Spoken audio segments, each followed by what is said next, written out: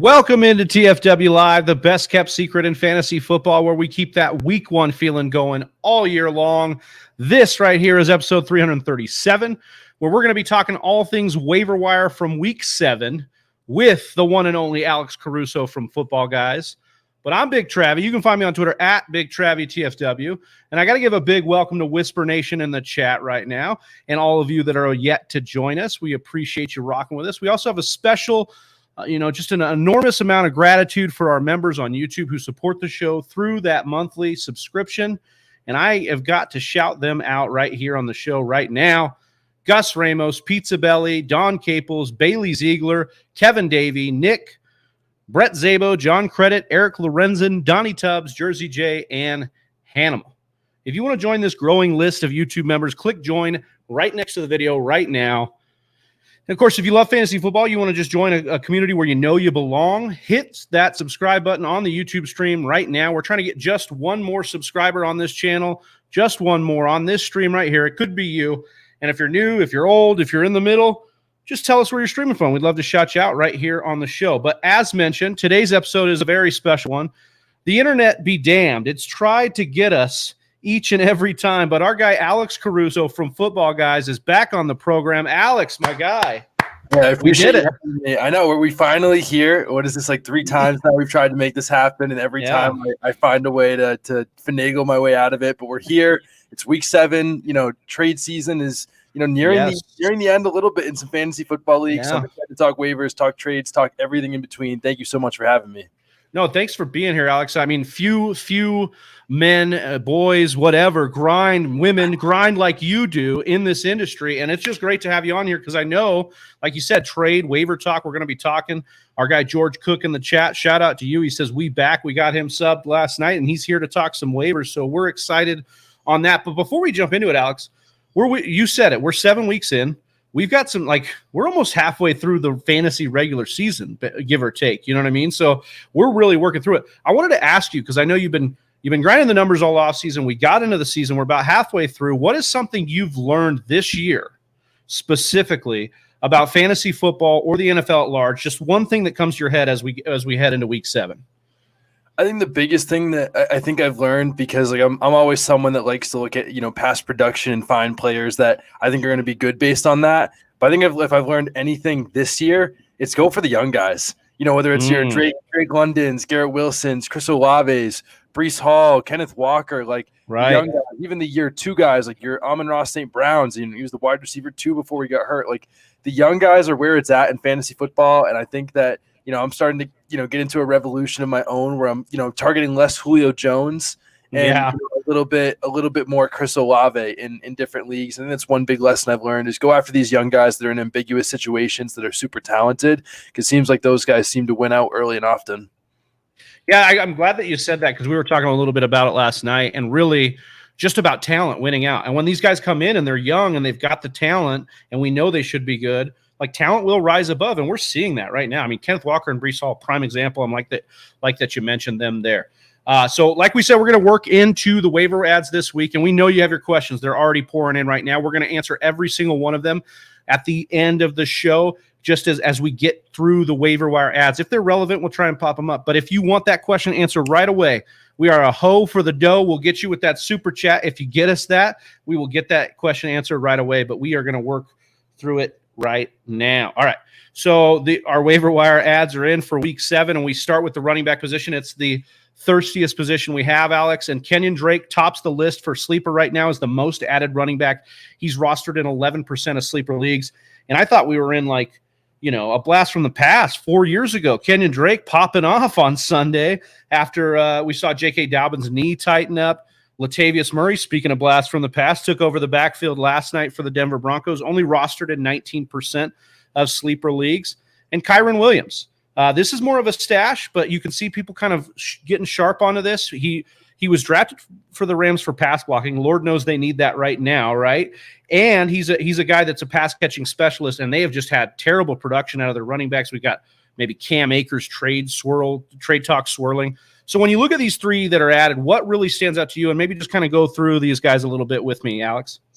Yeah, so I think let's start at the top with Kenyan Drake. I mean, I really like Kenyan Drake. I think he should be like one of the number 1 or number 2 ads on the waiver wire, depending on the size of your league right now.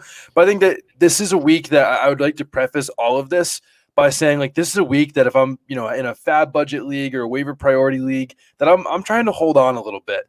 Whether it's moving up the waiver priority or spending a little bit less fab than normal. And we saw what like Kenneth Walker last week, where last week you're getting Kenneth Walker. This week at the top of your waiver wire, you might be getting Kenyan Drake. And Kenyan Drake is great, but the Ravens have yet to give a running back 60% of the snaps in the game this season. No running back has hit it for the Ravens. Kenyan Drake should be the top pick this week. Ran for over 100 yards. We don't know if J.K. Dobbins is going to get healthy enough, but I think that this is one of those weeks that's not as great for waivers. And I think consistently we see more good weeks than bad weeks. But I think there is some guys here. Latavius Murray for me is the guy that I'm not picking up, out of this bunch. I like Kenyan Drake. I don't like Latavius Murray. He's a 32-year-old running back. We never see running backs outside of Adrian Peterson produce this late. I still think Melvin Gordon is probably more likely than not going to be the guy at some point. And I just don't see that if, Russell Wilson, this offense can't get going, where Latavius Murray is all of a sudden fantasy valuable for the rest of the season. Kyren Williams is interesting. I think this offense is going to get a lot better, than it's looked so far. It's definitely can't get worse, right? It really can't get worse. But if it can get anywhere near what we saw last year, I think Kyren Williams could be valuable. It seems like Cam Akers is out the door. And outside of Darrell Henderson, who's it going to be? Ronnie Rivers, Malcolm Brown? I don't think so. I think Kyren Williams is the next guy to step up, and it's one of those guys that has the pass-catching role, that definitely helps in PPR leagues. That's someone I'm definitely trying to stash, especially in leagues where you have IR spots that you can use. Yeah, I'm glad you mentioned that. I just did it in our league of record with an IR spot. I said, you know what? Let me just stash him here, see what happens after the bye. McVay, when asked about Kai's coming off the IR, he didn't mention Kyren Williams, so that one was a little bit shocking, but I still think he's worth the stash going later into the year because this offense could turn around, like you said there. All right, so when we look at these guys, Alex, we have to drop somebody. And so I want to go back really quick because you said you'd almost fade Latavius Murray because you think Melvin Gordon kind of rises above, and I kind of agree with that. So it got me thinking, if somebody drops Melvin Gordon in your league, Alex, are you kind of stashing him? Would you put him in this category with these guys we're talking about right here? 100%. I mean, Melvin Gordon hit the nail on the head today with one of the tweets that he liked. How is it that, Melvin Gordon could be stealing touches from Javonte Williams but can't outproduce Latavius Murray? Yeah, it doesn't make sense to me. There's definitely a chance this turns into Cam Akers, and all of a sudden Melvin Gordon is cut or traded, within the next couple of weeks, which obviously wouldn't be good. But again, I thought Melvin Gordon was really great last year. I mean, I think that, I wish Javonte Williams handled the ball every single time last year, but Melvin Gordon was fantastic, and I don't think that he's completely done. He's dealing with some of those injuries. He is a 29-year-old running back, but if he happens to hit those waiver wires, I think that he is probably the most talented back in this backfield in an offense that I think, just like the Rams, can only get better. So I'm still willing to grab him if he's on waivers. Yeah, we'll see if they can turn it around. Well, speaking of those Denver backs, Mike Boone is the number one dropped running back right now on Sleeper, followed by DJ Dallas. So some of these committee backs, Tevin Coleman, and Philip Lindsay, both of these guys were kind of elevated and de-elevated or, downgraded to the practice squad back and forth. Any of these guys you would advise holding on to, or are you good dropping any of these guys for the three we talked about previously? Yeah, DJ Dallas, Tevin Coleman, Philip Lindsay, easy drops for me. None of those guys are appealing to me at all. Mike Boone's the guy I'm holding on to because, I mentioned, Melvin Gordon could get traded. Latavius Murray is 32 years old. Like, when do we ever see 32-year-old running backs be productive in fantasy? Mike Boone is still 26. I think he's one of the more athletic running backs in the league per player profiler. So I think if anybody is going to produce here, it's definitely Mike Boone. He's definitely a hold for me after this Melvin Gordon drama. And for those that didn't see, Melvin Gordon was liking tweets about him not getting played last night. He was complaining to the reporters that he didn't get why he wasn't getting used. Yeah. So all of a sudden, we could be a couple days or hours away from it just being Mike Boone and Latavius Murray in that backfield. And to me, that says Mike Boone is like a must hold or must pick up right now. What up, Chris? In the chat here, he says, what's up, guys? Need some waiver wire pickups and drops. That's what me and Alex are working through right now. We just got done with running backs. We're going to move on here to wide receivers. Robbie Anderson right now, after the trade to Arizona, is the number one added wide receiver on Sleeper. And this is because Marquise Brown probably going to be out 6 weeks. You look at Robbie Anderson, maybe he can capitalize on some of the success that Christian Kirk had last year as a deep threat in this offense, and we'll kind of see how that goes. Wan'Dale Robinson, the rookie, made his debut with the Giants against the Ravens, scored a touchdown, only 4 targets, I believe, only 3 catches, but still it was nice to see some spice out of their second-round rookie there, and another second-round rookie. It's funny, these two guys pop up on the waiver wire this week because these are two guys the general public kind of laughed at when these teams drafted them high in the second round. Now they might be one of our, they are our most added in fantasy circles. Tyquan Thornton, rookie wide receiver for the New England Patriots, and he is 5% rostered in sleeper leagues. When we look at these guys, kind of break it down for me, Alex. How are you feeling about these guys, and would you have them ranked the same as the public here? I would have them ranked the same. I don't know if I'd have Tyquan Thornton personally at number 3. I don't really think that he's going to be that much.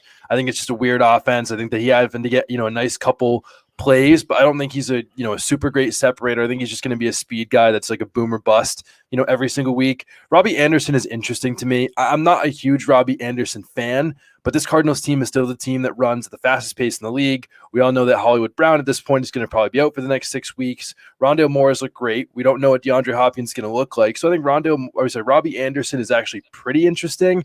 But the guy that I'm going after that I cannot stop getting excited about is Wan'Dale Robinson. Yeah. And Big Travis, you said it yourself. What is really there to like about this week? He had 4 targets and 3 catches for 37 yards and the touchdown. Well, people didn't realize that came on just 16 snaps, and he had a 31% target per route run rate. Yeah. That means when he was on the field, he was pretty much getting targeted on one of every 3 routes that he was running. And Brian Dable came out and said today, the only reason he played 16 snaps is because he's coming off this injury. And this week, we're going to ramp him up a lot more.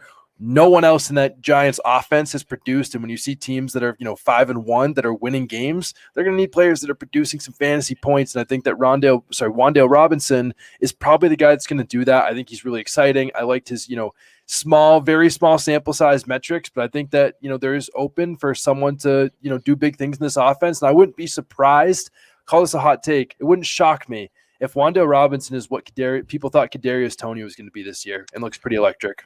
100%. I mean, I might be getting a little drunk off the Wan'Dale hype here, but I'm with you right now, Alex. I think you laid it out perfectly here. We've talked about all these different guys, the 3 running backs, the 3 drop running backs, these guys, and a lot of it was like kind of barf and blah. We're like, we don't really like it. Wan'Dale, though, provides a little bit of excitement here. Like you said, he could be the Kadarius Toney of this offense, or really just lead the Giants in receiving. You talked about ambiguous situations and capitalizing on the younger guy. We're dealing with that exactly right here in New York because, like you said, only those 16 snaps, they were late in the game. They waited a while. Some other guys didn't. I think one of their other receivers dropped a touchdown, and then Wan'Dale got more action because of that. So Wan'Dale is a guy that definitely has some upside. So if we talk fab here, if we talk a waiver budget, what are you looking at to spend on a guy like Wan'Dale here? I'd probably be willing to spend about 10 or 15% of my budget. Probably not more. 15 is for my like 1 in 5 or 1 in 6, 1 in 5 or 2 in 4, kind of waiver leagues. If I'm 5 and 1 or 4 and 2, I'm probably leaning more towards like the 10% side if you're winning. But if you need to, win some games because you're almost out of the playoff race, then I'd be willing to spend a little bit more aggressively. Yeah, go and get that guy on the chance that he's the upswing, upside guy. So we've got a relevant question here that we'll get to. Remember, if your questions, we will get to all of them at the end here. But George asking, does Anderson get Hollywood's workload? And I'll ask you here, Alex, if you believe that he'll get that. I think in part, I don't see him getting the full workload because like if it was like, for example, this trade happened during the off season and we knew Hollywood Brown was going to miss like the first 6 weeks similar to Hopkins, I'd say, yeah, of course. I think that there's a good chance he does, but it's a new guy learning an offense. And I don't think this team is like as desperate as some other teams for, immediate wide receiver production. Not like, I wanted them to be playing the corpse of AJ Green more than they have to. But I think ultimately they're going to wait a little bit to probably get him fully worked into this offense. I think he'll get part of the workload, but I don't think we're going to see the full thing for the first couple weeks. Yeah, I would agree with that. And we've got Hopkins coming back as well, which could eat into some of the workload that was happening there. Of course. They play Thursday night. I mean, they got traded and they play in 2 days. So. I don't know. He won't be active for this game, you don't think, right? I cannot see that happening, but nothing shocks me at this point. Yeah, right, exactly. All right, so especially with the way Thursday nights have been, like they're just trying to get a better game in there, but we'll see. So the droppable wide receivers that we have here: Randall Cobb, Isaiah McKenzie, and Elijah Moore. To me, the name that stands out here, actually, the bottom two stand out to me as guys that would be holds. I understand if you're desperate and you need to make moves, but how do you feel about Isaiah McKenzie and then Elijah Moore, who GMs of Elijah Moore are down bad right now? Yeah, definitely. I mean, Randall Cobb is the easy drop here for sure. But like you said, Isaiah McKenzie is someone that, has shown, some flashes. But I think ultimately it's just been, pretty inconsistent. It's happened with injuries. We've only seen him, have 1 game so far 2 games with more than 2 catches. I mean, out of 5 games so far, he's only hit 7 and 4 catches in 2 weeks. Every other week he's had 2 or less receptions. I'm just not in on it that much for, a smaller gadget type player. I love him. I love that he's getting a bigger role. I just think that for me, he's not going to be fantasy relevant week to week. The one that really kills me is Elijah Moore. I wish I could give, the people some hope. And I think the first 6 weeks I'd be giving people some hope, but hope no longer for me and Elijah. We've seen his snap count go down. He was leading the NFL in routes run for the first 4 or 5 weeks of the season. He's now been below 70% of the snaps in back-to-back weeks. We all know he did not see a target in week 6. And this offense just is not as pass-heavy with Zach Wilson compared to where it was with Joe Flacco. So if this is still a Zach Wilson-led offense and they're not giving Elijah Moore the snaps that he deserves, I think for me, ultimately, he's a drop at this point. If you're still in anything bigger than like a 12-team league, you have to hold him. But I think if anyone is in a 10-team league right now, I think Elijah Moore is pretty droppable. I feel like Garrett Wilson's another one that frustrates me because you see the breakout with Garrett Wilson, and then obviously we're seeing the pass attempts go down in this offense. They're leaning more on Breece Hall and Michael Carter in the run game and trying to limit Zach Wilson from making mistakes. I wonder if it's going to take an injury to a Corey Davis or an injury to either Elijah Moore or Garrett Wilson to really prop these guys up right now. Yeah, because it's just really tough, man, to get these guys going. And they're so exciting, but there's too many of them eating into each other's value there. George coming in here as a McKenzie owner, I would drop him. I would drop him off for my kicker, Matt Gay, for a kicker fill-in this week. Would I drop? Oh, yeah. Do you want to drop? Yeah, I mean, if you need a kicker this week, kind of what we're saying, he's on bye. You might have the off chance to be able to pick him up next week because people won't be using him this week. Definitely. But I believe the Rams are on a bye too, so I would definitely be looking to drop your kicker and just replace him. You could stream the kicking position. All right, so at the tight end position, our number one added on Sleeper, he's 50% roster. That's Robert Tonyan of the Green Bay Packers, who had led the team in targets and in catches and had a career high in both. I think it was 10 targets, 9 catches, over 90 yards, if I remember correctly. Greg Dulcich here. For the rookie tight end for the Denver Broncos, made his debut, scored a touchdown, dropped another one, could have had 2 on the night. 5% rostered there, and Daniel Bellinger, who's 7% rostered, and starting to see some action here and there. Any of these guys really piquing your interest here, Alex, or is it just kind of playing the matchups each and every week still with streaming tight ends? Yeah, I think Robert Tonyan, I think for me is a fake ad at this point. I think that this week was purely just because it was just more that the Jets have a bad, tight end defense. They have a pretty elite secondary, but their tight end defense in the middle of the field is not the same. And the Packers were missing Randall Cobb, who got hurt, Christian Watson, and Sammy Watkins. This team was also playing behind a lot more than they usually would, so I don't think Tunyan's usage is going to increase. But we saw a season high 65% of the snaps, over an 80% route participation, which is great. I just think that we've never seen anything like this from him. We've never seen him command targets like that, and I just don't think it's going to continue. Because then when these guys get healthier, he won't. He's worth the pickup. I like him more than Greg Dulcich.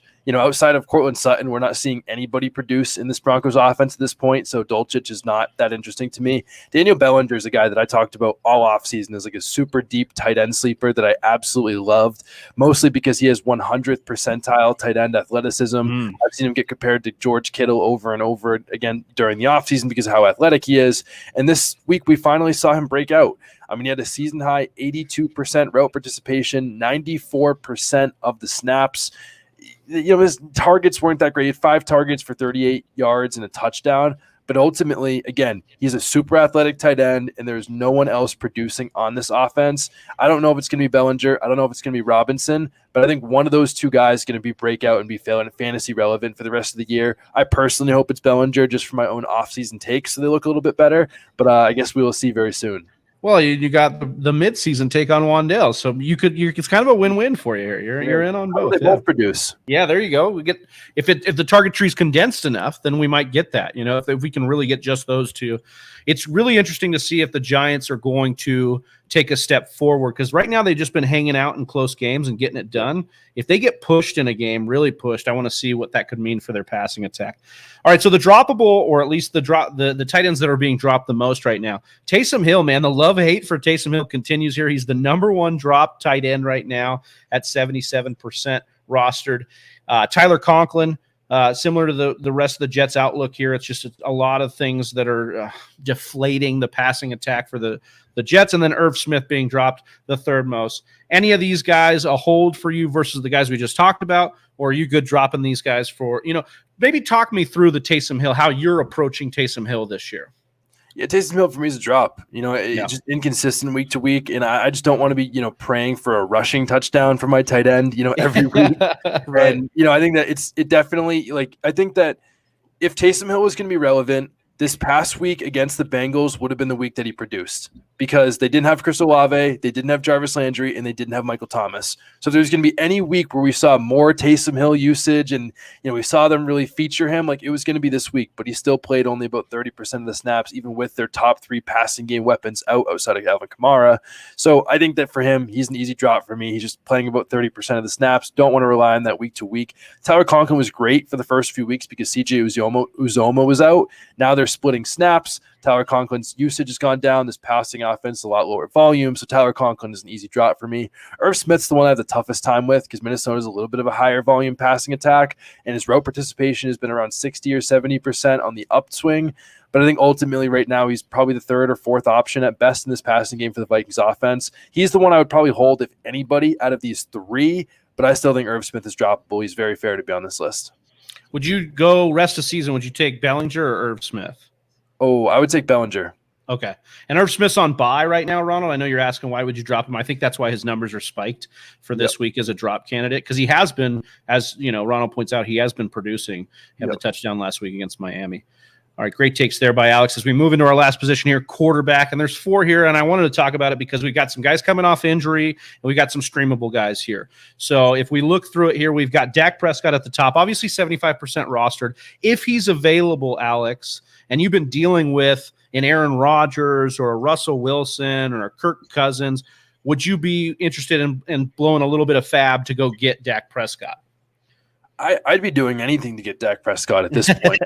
I mean, it's the worst season of his career. He's been a top 10 QB every season of his career except one. In points per game, in finish. outside of 2018, every year that he's played, he's been either top 10 in points per game or as a finish. He should be on 100% of teams. They have Michael Gallup back. Hopefully that, Dalton Schultz is going to be healthy. I still think CeeDee Lamb is going to take the next step with Dak Prescott being back every week. I think Dak should be owned in near 100% of leagues. And that'll probably rise up after this waiver period for sure. Tua Tagovailoa here is 68% rostered. And Mike McDaniel stated yesterday that he is preparing Tua to be the starter. He's been cleared by 4 independent neurologists. They're ready to rock and roll with Tua back in the lineup. We also have Marcus Mariota, who had a decent game against the Niners in that shocking upset of the 49ers. I mean, how wild was that game? And then, of course, Matt Ryan, who threw, it must have been 100 times in that game for the Colts. That was wild as well. So, why don't let's go back really quick, Alex, if you don't mind, on Tua here, sure, and tell me how you're feeling about Tua, the offense, and would you be excited to get Tua back in your starting lineup? Because, I'll just speak personally. I was excited what I saw out of Tua and this offense, and I thought he could finally get into that top 12, top 10 category. Then we had the 2 concussions and what's been happening since. So where's your interest on Tua going forward?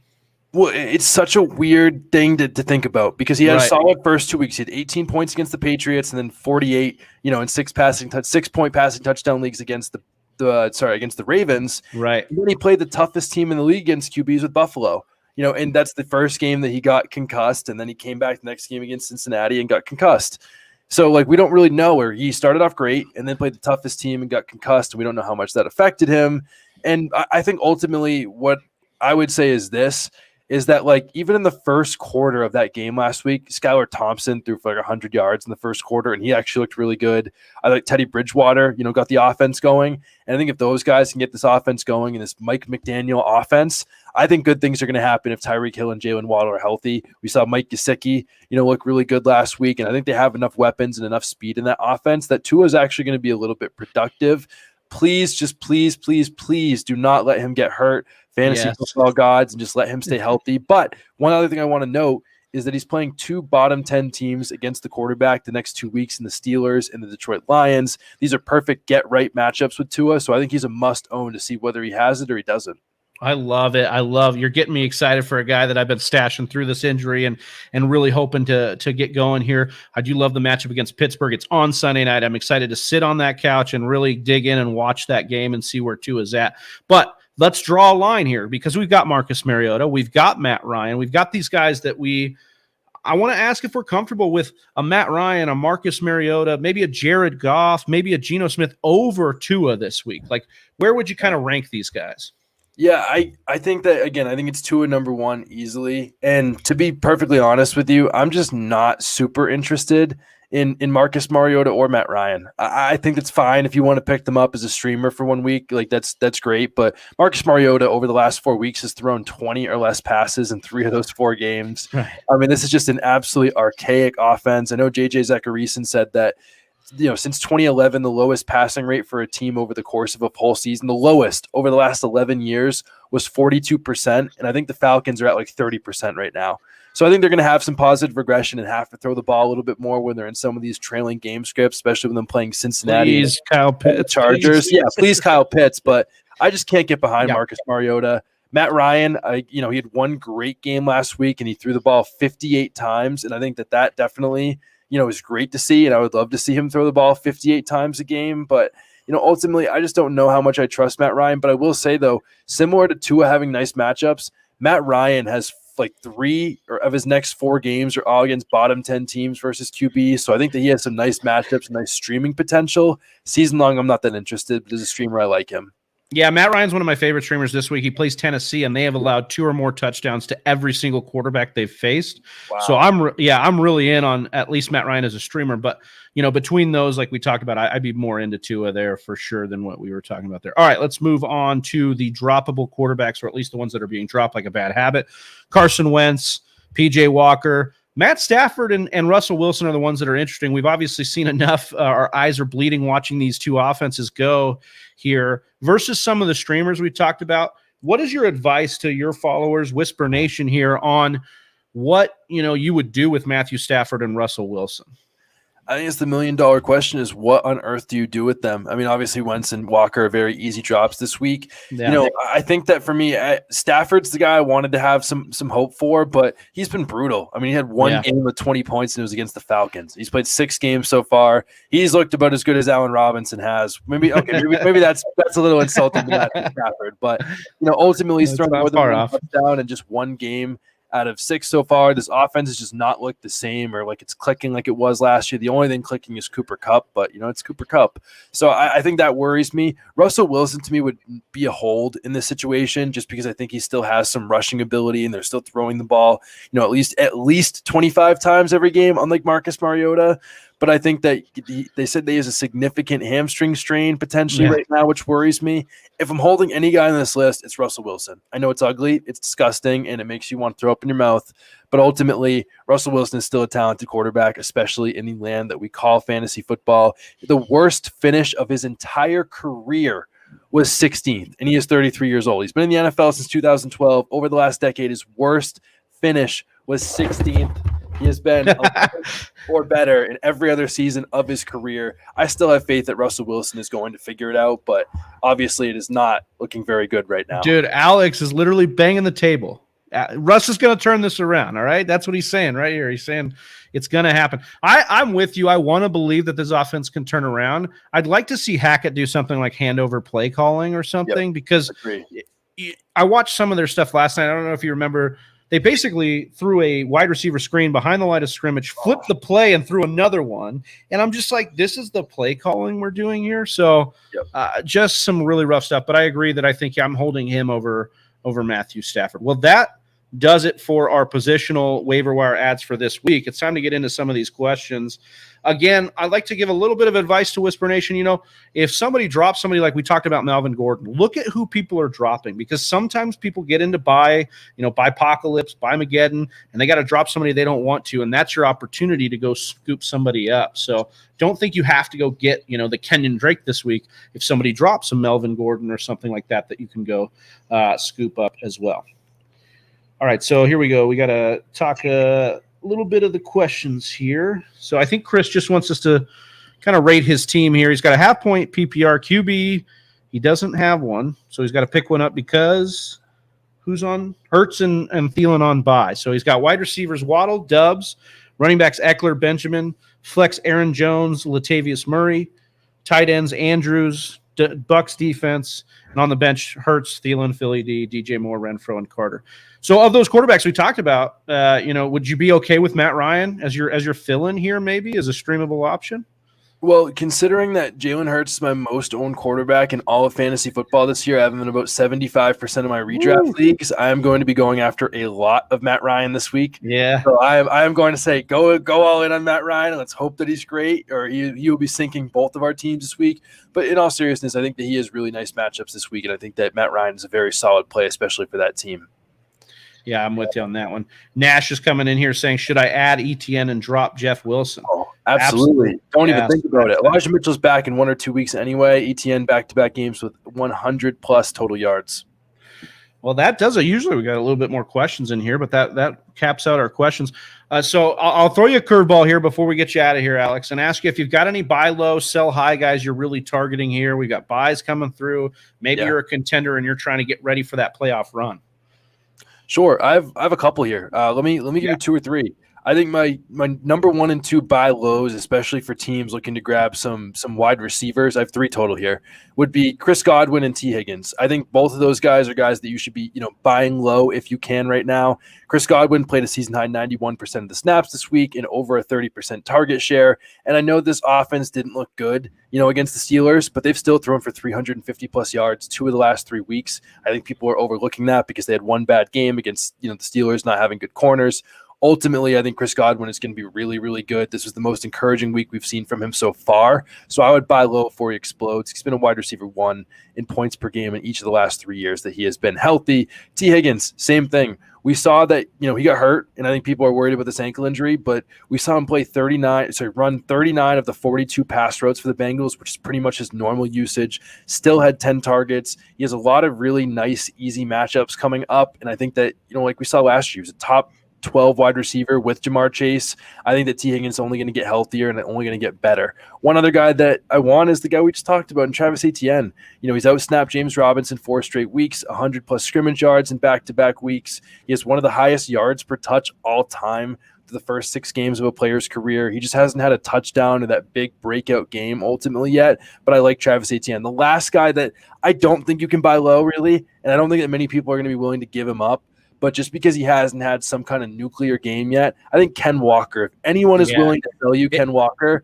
I'm going after him. Yeah, it's really a buy high with Ken Walker. Now, we were talking a little bit about it last night, and it's like I'd be willing to give up a lot of pieces. Like, for me, I look at Leonard Fournette, and I'd even be willing to sell Leonard Fournette to get Kenneth Walker. These are the guys I'm looking at. Like, if you can trade some name value for a guy that he's just about to explode. I feel like, Alex, and I just feel like he's a guy that I want on rosters that I can get here. We did get a couple more questions in here. Nash coming in, going to drop Bateman this week, adding Devontae Parker. Is that a good look? I would keep Bateman at that point. I think that this Patriots offense, Jacoby Myers, their guy. If it was Jacoby Myers, I think I could agree a little bit more. But I know Bateman's missed the last couple weeks with the foot injury. It seems like he's supposed to be back this week from what I've read. Yeah. So we'll see. But ultimately, we saw Bateman had a nice, really couple weeks. Parker had one really good game. So I'm trying to hold Bateman if you can. I know it's been frustrating, but you have to just hold on. At least give him a healthy game or two just to see if he can produce. Yeah, and the thing with Bateman was it's like, oh, he did all this, but on limited snaps. But I think that was because of whatever injury's been ailing him. Yep. And we could see an issue or a situation where post-rookie, but post-bump, post-bye, he's not a rookie, but like post-bye bump here because of, the injuries that have plagued him here. Nashco also asking Tua, Brady, Carr, which 2 QBs should I keep? Oh, this is a tough question. I think I'm going to say Tom Brady for sure. I think he's the quarterback that I'm definitely taking. And honestly, it's so tough. I'm going to say Tua for the upside. Brady is going to give you the consistency. I think Carr is just a Walmart version of Brady. Yeah, where he's just going to be somewhat consistent every week that you can trust him. But if you want to win your fantasy football league, you're going to need a little bit more upside. And if you have Tom Brady, I'm riding with Tua as well and just hoping that, he hits that level of upside. If he doesn't, he doesn't. But otherwise, Derek Carr is just going to be ghetto Tom Brady. I love it. Alex, you are anything but ghetto in fantasy football, man. You have been killing it, and we appreciate you being on here with us. Tell the people what you're working on, where they can find your stuff, man. Yeah, absolutely. Well, you can find my stuff at Alex Caruso, just like you see on screen if you're listening, or at Alex Caruso, just on Twitter, no space, no underscores, anything like that. You can also find me on TikTok at Alex Caruso NFL, videos coming out 7 days a week. You can also find my podcast at the Fresh Fantasy Podcast on your favorite podcast platforms. If you want to get up close and personal, ask some questions, join my Discord. There's a link in my bio on Twitter. But Travi, hey, I appreciate you having me on. It's been a blast. Yeah, man. I finally got the internet going. I'm glad we got a whole smooth episode today. I appreciate you having me on. I hope to come back again, and I hope that these listeners make some good moves and win all their leagues this week. Yeah, good luck on your waivers. Thank you so much, Alex, for being on here. And his link to his Twitter, if you're watching on YouTube, is in the description. So make sure you follow and get over there. He's got great stats coming out left and right. And he's just an overall good dude. And you need to be supporting overall good dudes because, that's what we do around here. So I appreciate you, Alex. Appreciate Whisper Nation. For Donnie Tubbs, Johnny, Game Time Hicks, Austin Sear, and, of course, our guest, Alex Caruso. I'm Big Travi. We're the Fantasy Whisperers, and we're out. Peace. Right here. Look at you go. You made it to the end of another one of our videos. Hey, if you still have some questions, I totally understand. Or you just want to join an awesome fantasy football community, head on over to our Discord chat.